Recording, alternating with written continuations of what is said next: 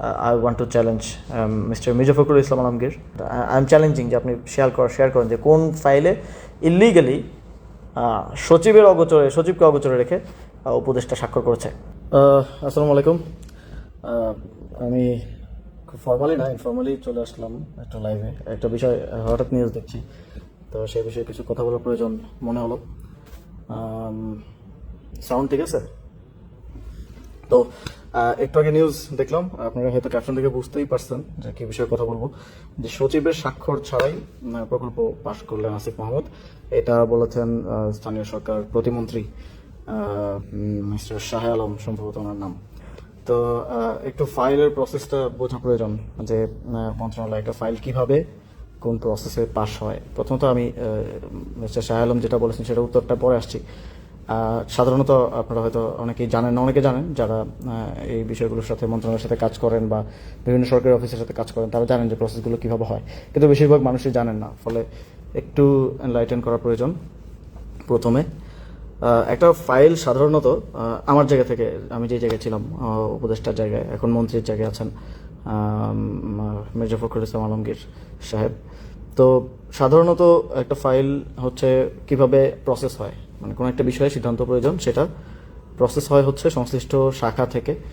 যেমন স্থানীয় সরকার মন্ত্রণালয়, সিটি কর্পোরেশন শাখা আছে, ওয়াসা শাখা আছে, সেই শাখার নিজস্ব একটা সেট আপ আছে। একজন অতিরিক্ত সচিবের নেতৃত্বে সাধারণত একটা শাখা কাজ করে থাকে। তো প্রথমত সেই শাখার উপসচিব ফাইলটা ইনিশিয়েট করে। উপসচিব থেকেই ফাইলটা স্টার্ট হয় আর কি। তো তারপরে সেটা যুগ্ম সচিব দেখেন। যুগ্ম সচিব দেখার পর সেটা তার কাছে যদি মনে হয় যে ঠিক আছে এটা উপরে পাঠানো যায়, সব কিছু ঠিকঠাক মনে হয়, তাহলে তিনি এটা আবার তার সিনিয়র কর্মকর্তার কাছে পাঠান। তিনি স্বাক্ষর করে পাঠান, সেটা এডিশনাল সেক্রেটারির কাছে যায়। এডিশনাল সেক্রেটারি সেটা আবার নিচে দেখেন, সেটা পারফেক্ট থাকলে তিনি সেটা আবার সাইন করে সেটা সচিবের কাছে পাঠান। সচিব সেটা স্ক্রুটিনি করে সেটা উপদেষ্টা কিংবা মন্ত্রী যিনি দায়িত্ব আছেন তার কাছে পাঠিয়ে থাকেন। এবং তার স্বাক্ষরের পরে, তার স্বাক্ষরের সাথে সাথে কিন্তু সেটা অনুমোদন হয়ে যায় না, তার স্বাক্ষরের পরেও কাজ থাকে। মন্ত্রী কিংবা উপদেষ্টা স্বাক্ষরের পর তিনি স্বাক্ষর করে মার্ক করে দেন, যে তিনি চাইলে যে কাউকে মার্ক করতে পারেন, তিনি শাখাকেও মার্ক করতে পারেন, তিনি সরাসরি উপসচিবকেও মার্ক করতে পারেন, তিনি চাইলে সচিবকে মার্ক করতে পারেন, অতিরিক্ত সচিব, যুগ্ম সচিব, যে কাউকে মার্ক করতে পারেন।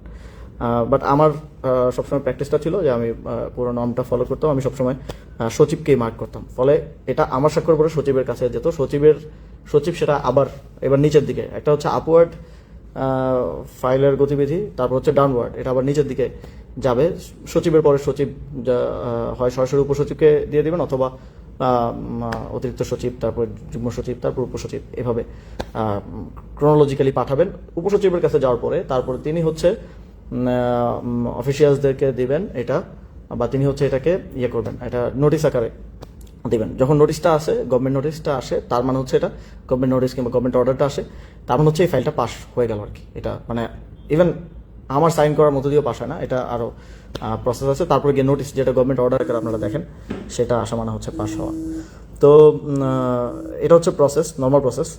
এটা হচ্ছে যে কোনো জেনারেল ফাইলের, কিন্তু এখানে যেহেতু কথা হচ্ছে প্রকল্পের, মিস্টার শাহ আলম বলেছেন যে কোনো একটা প্রকল্প সচিবের স্বাক্ষর ছাড়া পাস হয়েছে। তো আমার মনে হয় যে ওনারা তো হয়তো মাত্র 3 মাস হলো দায়িত্ব নিয়েছেন, নতুন হতে পারেন, হয়তো প্রসেস এখনও বুঝে উঠতে পারেন নাই। তো প্রথমত একটা প্রকল্প পাস হওয়ার ইয়াটাও আরও অনেক বেশি কমপ্লেক্স। যারা আসলে কাজ করেন, কাজ না করলেও জানেন, কারণ আপনার বাড়ির সামনে যখন রাস্তা করা লাগে, বা যখন বাড়ির সামনে বা হচ্ছে আশেপাশে যখন সড়কের কাজ হয় বা ছোটো ছোটো কাজ হয়, সরকারি কাজ, সেগুলো আপনারা জানেন কতটা স্লো হয়, কারণ এটার প্রসেসটা অনেক লেংদি, অনেক লম্বা। তো সেটার প্রসেসটা আমি আরেকটু বুঝাই। যে প্রথমত একটা প্রকল্প নেওয়ার যদি নীতিগত সিদ্ধান্ত হয় যে এই বিষয়ে একটা প্রকল্প গ্রহণ করা হবে, তখন ফার্স্টে হয় ফিজিবিলিটি স্টাডি। ফিজিবিলিটি স্টাডিটা সংশ্লিষ্ট সংস্থা করে, যেমন স্থানীয় সরকার মন্ত্রণালয়ে স্থানীয় সরকার ইঞ্জিনিয়ারিং ডিভিশন যেটা আছে, প্রকৌশল বিভাগ, যেটা স্থানীয় সরকার প্রকৌশল বিভাগ আপনার বাড়ির আশেপাশে ছোটো রাস্তা থেকে শুরু করে, কালভার্ট থেকে শুরু করে, এই কাজগুলো সাধারণত স্থানীয় সরকার প্রকৌশল বিভাগ সারা দেশে করে থাকে। এবং সেটা ফিজিবিলিটি স্টাডি হয় আর কি। ফিজিবিলিটি স্টাডিটার ক্ষেত্রে অনেক স্টেক হোল্ডার ইনভলভ। এখানে জেলার এক্সিএন, উপজেলা ইঞ্জিনিয়ার থেকে শুরু করে এলজিইডি ডিপার্টমেন্টের, এটা কিন্তু মন্ত্রণালয় না, এটা এলজিইডি আলাদা একটা ডিপার্টমেন্ট, ইঞ্জিনিয়ারিং ডিভিশন, যেটার চিফ থাকেন একজন চিফ ইঞ্জিনিয়ার, তিনি সেটার প্রধান। তো সেখানে এটা নিয়ে ফিজিবিলিটি স্টাডি হয়। ফিজিবিলিটি স্টাডিতে যদি মনে হয় যে ঠিক আছে এই প্রকল্পের কার্যকারিতা বা প্রয়োজনীয়তা রয়েছে, সেক্ষেত্রে প্রায়োরিটি বিবেচনায় প্রকল্পটাতে হাত দেওয়া হয়, প্রকল্পটা নেওয়া হয়। নেওয়ার পরে ওইটার একটা ডিপিএম প্রস্তুত করা হয়, ওইটার একটা মানে প্রকল্পে কী কী কাজ হবে, বাজেট এস্টিমেট থেকে শুরু করে পুরো ডিটেলস সহ একটা ডিপিএম তৈরি করা হয়।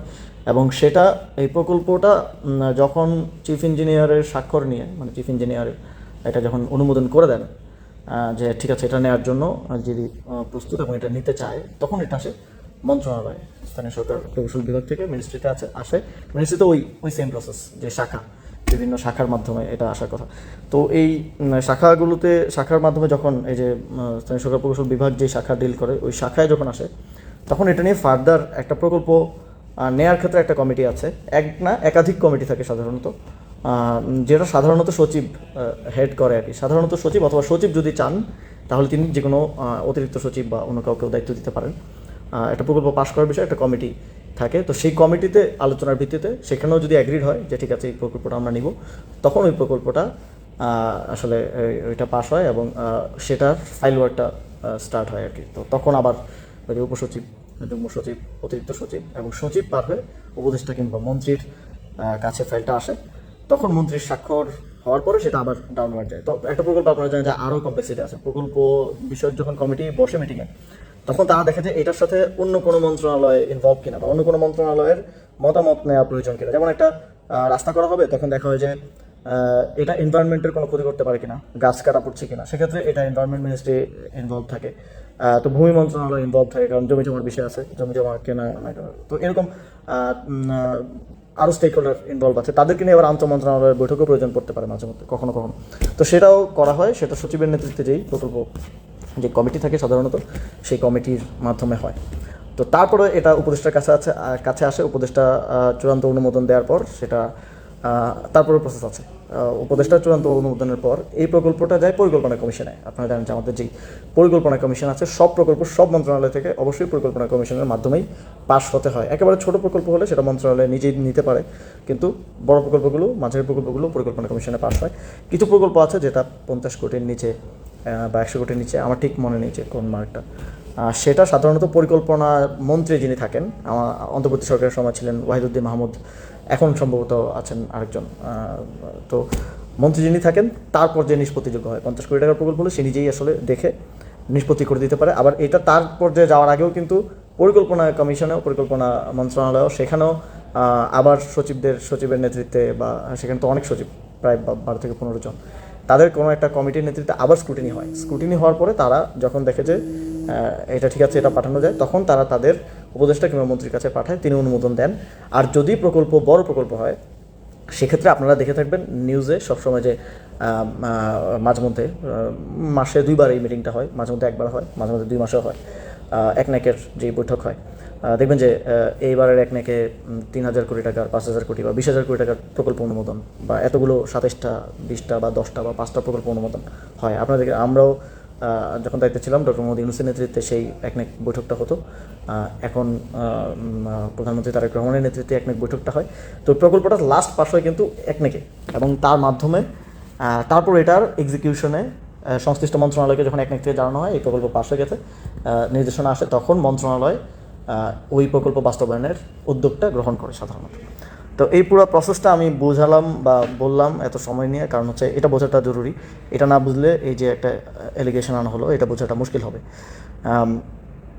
তো একনেকের পরে আসার পরে এই কার্যক্রমটা শুরু হয়। তো অনেকগুলো ফেজ আমি বললাম। এটা হচ্ছে ফিজিবিলিটি স্টাডি, ওই সংশ্লিষ্ট দপ্তরের মাধ্যমে। তারপর হচ্ছে একটা ডিপিএম প্রস্তুত করা, ডিপিএম প্রস্তুতের পর প্রকল্প বিষয়ক কমিটি থেকে একটা অ্যাপ্রুভাল নেওয়া, কমিটির পরে সেটা উপসচিব, যুগ্ম সচিব, অতিরিক্ত সচিব হয়ে উপদেষ্টা বা মন্ত্রীর কাছে অনুমোদন নেওয়া, অনুমোদনের পরে সেটা আবার পরিকল্পনা কমিশনে পাঠানো, পরিকল্পনা কমিশন নিজে স্ক্রুটিনি করে যে এটা কতটুকু প্রয়োজন না প্রয়োজন। তারপরে পরিকল্পনা কমিশন এটা নিয়ে এটা যখন ফাইনাল করে, তখন এটা একনেকে যায়। একনেকে প্রধানমন্ত্রী কিংবা প্রধান উপদেষ্টার উপস্থিতিতে, বাকি একনেক সদস্যদের উপস্থিতিতে, সদস্যরা সাধারণত মন্ত্রীরাই হন এবং সচিবরাও থাকেন সংশ্লিষ্ট, সেটা পাস হয়। পাস হওয়ার পর এবার সেটার বাস্তবায়ন যায়। তো it's a very long process, যেটাকে অনেকে মানে আমলাতান্ত্রিক জটিলতা বা লাল ফিতার দূরত্ব আমরা বলে থাকি আর কি। তো উনি যে কথাটা বললেন যে সচিবের অনুপস্থিতিতেই বা সচিবের স্বাক্ষর ছাড়া ফাইল পাশ করলেন উপদেষ্টা, মানে অবৈধভাবে, এই ধরনের একটা কথা উনি বলার চেষ্টা করেছেন। আমার মনে হয় এটা নিয়ে আরও বেশি ক্লারিটি মানে প্রয়োজন, যে কোন ফাইল এক্স্যাক্টলি কোন ফাইল। যদি মানে এটা তো অন পেপার থাকার কথা যে ফাইলেই স্বাক্ষর থাকবে, ঠিক আছে, একটা ফাইলে আমার স্বাক্ষর আছে, সচিবের স্বাক্ষর নাই। মাঝে মধ্যে যেটা হয় যে সচিব যদি কোনো বিদেশ সফর থাকে, সাপোজ সচিব কোনো বিদেশ সফর আছে, তাহলে সাইনটা কে দিবে সচিবের অনুপস্থিতিতে? তখন অতিরিক্ত সচিব একজনকে সিনিয়রিটির ভিত্তিতে, সাধারণত যিনি সিনিয়র থাকেন তাকে সচিবের রুটিন দায়িত্ব প্রদান করা হয় সচিব বিদেশ যাওয়ার আগে। এটাও উপদেষ্টার বা মন্ত্রীর স্বাক্ষরই হয়ে থাকে যে অতিরিক্ত সচিবকে সচিবের অনুপস্থিতিতে রুটিন দায়িত্ব প্রদান করা হলো। তখন তিনি ফাইল ওয়ার্কগুলো কন্টিনিউ করে থাকেন এবং রান করে থাকেন। তো সচিবের অনুপস্থিতি হলেও সেখানে অতিরিক্ত সচিবের অবশ্যই স্বাক্ষর থাকার কথা। আচ্ছা ঠিক আছে, আপস্ট্রিমে কোনো ফাইল সচিবের স্বাক্ষর ছাড়া বা সচিবের টেবিল না হয়ে উপদেষ্টা কিংবা মন্ত্রী টেবিলে আসারই কথা না, আসাই সম্ভব না। এটা অনুমোদন দেওয়া তো অনেক দূরের আলাপ। আবার সচিবের সংশ্লিষ্টতা আরও অনেকগুলো জায়গা আছে। এক নাকি সচিবের উপস্থিতি থাকতে হয়, তারপর যেই কমিটি, এই যে প্রকল্প বিষয়ক যে কমিটি প্রকল্প পাশ করার জন্য, যে ওই কমিটি ইটসেলফ বা রিপোর্ট করা হচ্ছে সচিবের কাছে, বা ওই কমিটির ক্ষেত্র বিশেষে সচিব প্রধান থাকেন আর কি। তো সচিবের মানে জিনিসটা সাউন্ড লাইক যে সচিবকে না জানিয়ে বা গোপন রেখে একটা প্রকল্প পাশে গেলে ইটস ইম্পসিবল। একটা প্রকল্প তো আপনি মুখ দিয়ে বললেন হয়ে গেলো এরকম না। একটা প্রকল্প ফিজিবিলিটি স্টাডি, টিপিএম করে ছোটো থেকে ছোটো প্রকল্প 1 থেকে 1.5 মাস 2 মাস সময় লাগে, যদি একেবারে লাকি হয় কেউ যে এই সময়ের মধ্যে নিতে পারে, আর না হলে সম্ভব না এটা নেওয়া। তো সচিবের আমি একটু ক্ল্যারিটি চাইবো মিস্টার শাহ আলমের কাছে, যে তিনি যদি যথেষ্ট সৎসাহস রাখেন, আই বিলিভ যে তিনি ওই ফাইলটা, প্লিজ কাইন্ডলি, যে ফাইলটা সচিবের ছাড়া, বিশেষ করে প্রকল্প, মানে যখন উনি প্রকল্প বলেন তখন তো আমি আরও অবাক হই। একটা ফাইল হতে পারে যে সচিব দেশে নাই, অতিরিক্ত সচিবের স্বাক্ষরের পরে আসলো, আমি এবার স্বাক্ষর করলাম, অতিরিক্ত সচিবের মাধ্যমে চলে গেল, হুইচ ইজ অলসো লিগাল। মানে কোনো কিছু যদি মনে হয় যে এটা আরেকটা ক্লজও আছে, যে কোনো কিছু যদি মনে হয় যে জনগুরুত্বপূর্ণ কোনো একটা বিষয়, এখন সচিব উপস্থিত নাই, সচিব দেশের বাইরে, বা সচিব ছুটিতে আছে একদিনের, বা সচিব তার বাড়িতে গেছে, তার মা অসুস্থ বা সামথিং হইতেই পারে। তো এই 1 দিন বা 2 দিনের জন্য কাউকে অতিরিক্ত সচিবের দায়িত্ব দেওয়া হয় নাই, কারণ 1 দিন 2 দিন ফাইল ক্যান ওয়েট। তো যদি এরকম হয় তাহলে কি? তাহলে উপদেষ্টা ডিরেক্টলি যুগ্ম সচিব কিংবা অতিরিক্ত সচিব যিনি আছেন তার স্বাক্ষরের পরে উপদেষ্টা কিংবা মন্ত্রী স্বাক্ষর দিয়ে ফাইলটা রান করতে পারেন। এটা লিগেল, এটা ইলিগেল কিছু না, এটা টোটালি লিগেল। হ্যাঁ, এটা আমার মনে হয় শাহ আলম ভাই যদি এটা জানতেন তাহলে হয়তো উনি মানে আই থিঙ্ক ওনার আরেকটু আমলাদেরকে ডেকে আরেকটু বোঝা দরকার যে আসলে হাউ থিংস ওয়ার্ক। তো যদি সচিবের অগোচরেও কেউ, মানে অগোচরে বলতে তার অনুপস্থিতিতেও মন্ত্রী কিংবা উপদেষ্টা যে চূড়ান্ত দেয়, যে এই যে আমি আপনাদেরকে পুরোটা একটা স্ট্রিম বললাম যে উপসচিব, যুগ্ম সচিব, অতিরিক্ত সচিব, মন্ত্রী, এর মধ্যে সাপোজ যে কেউ নাই, সে সাপোজ যুগ্ম সচিব নাই, তাহলে উপসচিব থেকে ডিরেক্ট অতিরিক্ত সচিবের কাছে আসতে কোনো বাধা নাই।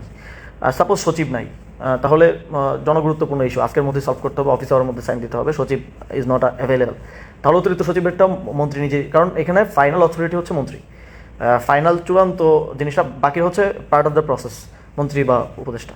তো তিনি কিন্তু দিতে পারেন, এটা লিগেল, এটা ইলিগেল না, এটা অবৈধ না।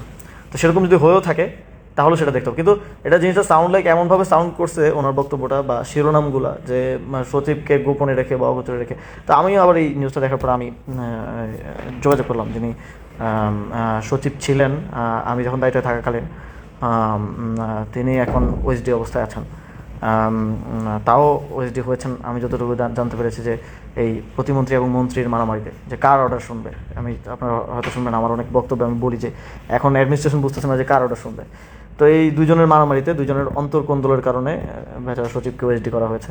যাই হোক, উনি বিএনপিপন্থী লোকই ছিলেন আমার জানা মতে। তো তার সাথে আমি কথা বললাম যে আসলে এরকম কোনো ফাইল কিছু হওয়ার কি সুযোগ আছে কিনা। তো তিনি বললেন এরকম কোনো ফাইল কিছু হওয়ার সুযোগ নেই, যদিও এটা লিগেল, এটা করা যাবে, কিন্তু এরকম কোনো কিছু আমাদের হয় নাই। আমরা এটাকে ওয়েট করাইছি, প্রয়োজন আমরা একটু সময় নিচ্ছি, অথবা মাঝে মধ্যে এটাকে এখানে কিছু লুপ হোল থাকে, লুপ হোল লাইক যে আপনি সাইন দিয়ে দিলেন, পরে এটাকে কারেক্ট করার জন্য সচিব পরের দিন ব্যাক করলো, কিন্তু সে ব্যাক ডেটে সাইন করলো। সাপোজ আজকে সচিব নাই, বাট সচিবকে আমরা অন লুপ রাখতে চাই, তাহলে কি করা যায়? এটা আমি সাইন করে দিলাম, সচিব পরের দিন ব্যাক ডেটে সাইন দিল। তো এই প্র্যাকটিসটা লিগেল কি লিগেল আমি শিওর না, কিন্তু এই প্র্যাকটিসটা আছে, এটা অ্যাডমিনিস্ট্রেশনের মধ্যে বিভিন্ন পর্যায়ে প্র্যাকটিসটা আছে। অনেক সময় আমি নিজেও দেখেছি যে মাঝখানে কোনো একটা পরত নাই, ইভেন প্রধান উপদেষ্টা বা প্রধানমন্ত্রী, তার দ্রুত ডিসিশন প্রয়োজন, তাহলে এটা। এবং অনেক ক্ষেত্রে হয় কি, স্বাক্ষর ছাড়াই সবার সম্মতি নিয়ে, সবার কনসার্ন নিয়ে, যে সবার কনসার্ন আছে, মোবাইল ফোনে তো অ্যাক্সেস যোগাযোগ করাই যায়, সম্মতি নিয়ে ফাইল রান করে দেওয়া হয়, যে কাজটা হয়ে যাক, অর্ডার গভর্নমেন্ট অর্ডার ইস্যু করে দেওয়া হয়, স্বাক্ষরটা পরে নেওয়া হয়, পরে ব্যাকডেটে নিয়ে এটা কারেক্ট করে দেওয়া হয়। তো আমি আসলে ক্লিয়ার না, আমি আহ্বান জানাবো যে মিস্টার শাহ আলম, আপনি প্লিজ দয়া করে এক্স্যাক্ট কোন ফাইল এটা ক্লিয়ার করেন। এটা ধোঁয়াশা রাখার বা এটা ইয়া রাখার কিছু নাই। I am willing to answer. If you have any doubt about any files, you can call me. I'm available. I will go to your office, স্থানীয় সরকার মন্ত্রণালয়, and if you want এটা পাবলিকও করা যায়, if you want মিডিয়ার সাথে রেখে, ঠিক আছে, I'm okay. এটা আমার মনে হয় যে এটা মন্ত্রণালয়ের উচিত হবে, যেটা একজন প্রতিমন্ত্রী এই কথাটা বলেছে, তার কথার ভারিক্কি আছে, আই বিলিভ তিনি সেটা বোঝেন। তো তিনি এটা ক্লিয়ার করবেন যে কোন ফাইলে হয়েছে, এবং তিনি সেই ফাইলটা শেয়ার করতে পারেন publicly. And I am challenging যে আপনি শেয়ার করেন যে কোন ফাইলে ইলিগালি সচিবকে অগোচরে রেখে উপদেষ্টা স্বাক্ষর করেছে। তো আই থিঙ্ক এটা কোয়াইট ক্লিয়ার। আমি আমার জায়গা থেকে করার সর্বোচ্চ চেষ্টা করেছি। অ্যান্ড আমি দাবি জানাবো যে এই অ্যাম্বিগুইটি যখন কেউ রাখে তখন আসলে বোঝা যায় যে তার মধ্যেই কোনো না কোনো একটা সমস্যা আছে। কোনো অ্যাম্বিগুইটি না রেখে ইউ মাস্ট ক্লারিফাই যে কোথায় হয়েছে। বাংলাদেশের মানুষের জানার অধিকার আছে, যদি আসিফ মাহমুদ কোনো ফাইলে অনিয়ম করে থাকে তাহলে সেটা অবশ্যই বাংলাদেশের মানুষের জানা উচিত। তাহলে সেই ফাইলটা প্লিজ আমাদের সামনে উত্থাপন করেন, বাংলাদেশের মানুষের সামনে উত্থাপন করেন, এটা শো করেন। এবং যেটা উনি বলছেন যে প্রকল্প, যারা ভাই সরকারের সাথে বিভিন্ন প্রসেসে কাজ করেছেন বা কাজ করেন বা সংশ্লিষ্ট থাকেন, স্টেক হোল্ডার আছেন, তারা খুব ভালোভাবে জানেন যে এই ফিল্টার কই থেকে লাগলো আচ্ছা, তারা খুব ভালোভাবে জানেন যে এটা একেবারেই ইম্পসিবল। কোনো প্রকল্প পাশ করাই সম্ভব না সচিবের অগোচরে রেখে। কারণ সচিবের একটা প্রকল্পের সাথে তার এঙ্গেজমেন্ট অনেক বেশি উপদেষ্টা কিংবা মন্ত্রী থেকে, অনেক বেশি। তার প্রতিটা পরতে এটার সাথে কানেক্টেড থাকা লাগে। একেবারে মন্ত্রীর কাছে আসা থেকে পরবর্তীতে পাশ এবং বাস্তবায়নের দায়িত্বটাও তার থাকে। ওভারলুক করা কোনো কিছু যদি ইভেন মন্ত্রী, প্রতিমন্ত্রী বা উপদেষ্টার চক্ষুগোচর নাও হয়, স্বাভাবিক, মন্ত্রী তো সাধারণত পলিটিক্যাল পার্সন হয়, তাদের পলিটিক্যাল কাছ থেকে বিভিন্ন কিছু, বাট সচিব বেশ সব কিছু অবগত থাকা লাগে, সব কিছু তার কনসার্নে থাকা প্রয়োজন। তো আমাদের ইভেন ছোট থেকে ছোট ফাইল, এটা অন্যান্য মন্ত্রণালয়ের প্র্যাকটিস আছে যে দ্রুততার স্বার্থে কী করে, যে আমাকে তো আসলে চূড়ান্ত অনুমোদন আমি দিলাম, দিয়ে এটা পাঠিয়ে দেওয়া হয় উপসচিবের কাছে ডিরেক্টলি। কারণ এটা 3-4টা টেবিল ঘুরতে গেলে এটা লাল ফিতার দৌড়াতে তৈরি করে, এটা সময় নেয়। কিন্তু আমি এই প্র্যাকটিসটা করতাম ফার্দার ক্লিয়ারেন্সের জন্য, যাতে কোনো ধরনের অ্যাম্বিগুইটি বা কোনো ধরনের না থাকে। সেজন্য আমি সবসময় সচিবকে মার্ক করতাম, আমার স্বাক্ষরের পরে আমি সচিবকে মার্ক করতাম, সচিবের কাছে যেত, সচিব তারপরে সংশ্লিষ্ট ডেস্কে মার্ক করে দিতেন, তো সেখানে চলে যেত ফাইলটা। তো আমি আমার সময়ে যিনি সচিব ছিলেন তার সাথে কথা বলেছি, তিনি বলেছেন এমন কিছু হওয়া সম্ভব না। যেহেতু এখন যারা সচিব ছিলেন আমার সময় দায়িত্বে, তারা রাষ্ট্রীয় কর্মকর্তা এবং রানিং কর্মকর্তা, তো মন্ত্রণালয় বা সরকার চাইলে তাদেরকে দিয়েও স্টেটমেন্টটা দেওয়ানো যায় যে আসিফ মাহমুদ কোন স্পেসিফিক ইনস্ট্যান্সে যে সচিবকে অবগত না করে বা সচিবের স্বাক্ষর ছাড়াই স্বাক্ষর করে দিয়েছেন। এবং আই থিঙ্ক যে ফাইলটাও আপনাদের শো করা উচিত, এবং এখানে কি ইলিগাল কি হয়েছে সেটাও আরও ক্লিয়ার রাখা উচিত। আমি দেখছি যে এই সরকার বা স্থানীয় সরকার মন্ত্রণালয়ে আজকে ওই নিউজটা পড়তে গিয়ে আমি দেখলাম যে পিরোজপুরের একটা দুর্নীতির ঘটনা নিয়েও তিনি বলেছেন যে কাজ না করেই টাকা উত্তোলন করা হয়েছে। আপনাদের মনে থাকার কথা, বা আপনারা সার্চ করলেই পাবেন, এই সংক্রান্ত একটা প্রেস ব্রিফিং আমি করেছিলাম যে পিরোজপুরের যেই ঘটনা, যেই দুর্নীতিটা হয়েছিল, সেটা আমরা মন্ত্রণালয়ের পক্ষ থেকে একটা তদন্ত কমিটির মাধ্যমে তদন্ত করে বের করছিলাম, এবং টাকার পরিমাণ সহ আমরা দুদককে জানিয়েছিলাম যে আপনারা এটার বিরুদ্ধে ব্যবস্থা নেন এবং ফার্দার আপনারা ইনভেস্টিগেশন করেন। মন্ত্রণালয়ের ইনভেস্টিগেশনের পরে সেটা প্রেস ব্রিফিং করে আমরা জানিয়েছিলাম। তো একই প্রকল্পের কথা উনি একই প্রকল্পের কথাই কিন্তু বলছেন, আলাদা কিছু বলছেন না। তো ওই সরকারের পূর্ববর্তী সরকারের সময়ে কি কি অনিয়ম হয়েছে, কী কী দুর্নীতি হয়েছে, অবশ্যই মন্ত্রণালয় যদি চায় সেটা তারা স্ক্রুটিনি করতে পারে, তারা এটা তদন্ত করতে পারে। আমি আমার সময় আমি নিজেও করেছিলাম, এবং আমরা যেটা বের করেছিলাম পিরোজপুরের ঘটনাটা, সেটাই ওনারা এখন সেল করছেন, এবং একটু পলিটিক্যাল রং দেওয়ার জন্য হয়তো আমার নামটা এখানে এঙ্গেজ করেছেন, বলেছেন যে আসিফ মাহমুদ সচিবের স্বাক্ষর ছাড়া। তো আমি এটা ক্লিয়ারিটি চাই মন্ত্রণালয়ের পক্ষ থেকে। আই থিঙ্ক মন্ত্রণালয় এই বিষয়ে অ্যাকাউন্টেবল বলতে আমার যদি কোনো অপরাধ থাকে আমাকে অ্যাকাউন্টেবল করবে। তারা এটা বাংলাদেশের মানুষের কাছে খুব ক্লিয়ারলি দেখাবে যে কোন ফাইলে এই অনিয়মটা হয়েছে, এটা আমি চ্যালেঞ্জ করছি মিস্টার শাহ আলমকে। তার যদি সৎ সাহস থাকে, সে যদি তার যে স্টেটমেন্টে স্ট্যান্ড করে, তাহলে আগামীকালকে তো office day, I think last office day, তো আগামীকালকের মধ্যে তিনি এই ফাইলটা জনগণের সামনে স্পষ্ট করবেন এবং উত্থাপন করবেন। I am challenging him and as well also I want to challenge mister Mirza Fakhrul Islam Alamgir, যেহেতু উনি মন্ত্রণালয়ের মন্ত্রী হচ্ছে সর্বোচ্চ দায়িত্বে যিনি থাকেন। তো আই বিলিভ যে তিনি এই বিষয়টার দায়িত্ব নেবেন এবং তিনি এটা পাবলিক করবেন। আর যদি তারা সেটা না করে, তাহলে আমি মনে করবো যে আমাকে এটা ব্যক্তিগতভাবে হেয় প্রতিপন্ন করার জন্য, আক্রমণ করার জন্য তারা এটা করেছে। আর যদি তাদের মধ্যে সেই সৎসাহসটা থাকে, তারা যদি সত্য বলে থাকে, তাহলে তারা এটা আসলে ক্লিয়ার করবেন, এই ফাইলটা দেখাবেন। এবং আমি আমি এটা নিয়ে ফার্দার প্রয়োজনে ফাইলটা নিয়ে আসেন, আমরা বসি, প্রয়োজনে কোনো থার্ড পার্টি টিভি চ্যানেলকে বলেন, আমরা ওই ফাইলটা নিয়ে টকশোতে বসি। প্রয়োজনে যারা অ্যাডমিনিস্ট্রেশন ব্যুরোক্রেসি থেকে এক্সপার্ট আছেন, কোনো এক্স ব্যুরোক্রেট, এক্স সচিব বা প্রেজেন্ট বা ওই সময় যিনি সচিব ছিলেন, যাকে বলা হচ্ছে যে যাকে অগোচরে রেখে করা হচ্ছে, তাকে নিয়ে আসেন। বা কোনো এক্সপার্ট, অ্যাডমিনিস্ট্রেশনের ব্যুরোক্রেসির এক্সপার্ট যারা এই ফাইল ওয়ার্কগুলো ভালো বুঝছেন, তাদেরকে নিয়ে আসেন। কোথায় ইলিগাল কী হয়েছে, I am challenging and let's face it. তো থ্যাংক ইউ আমার সাথে থাকার জন্য এবং দেখার জন্য।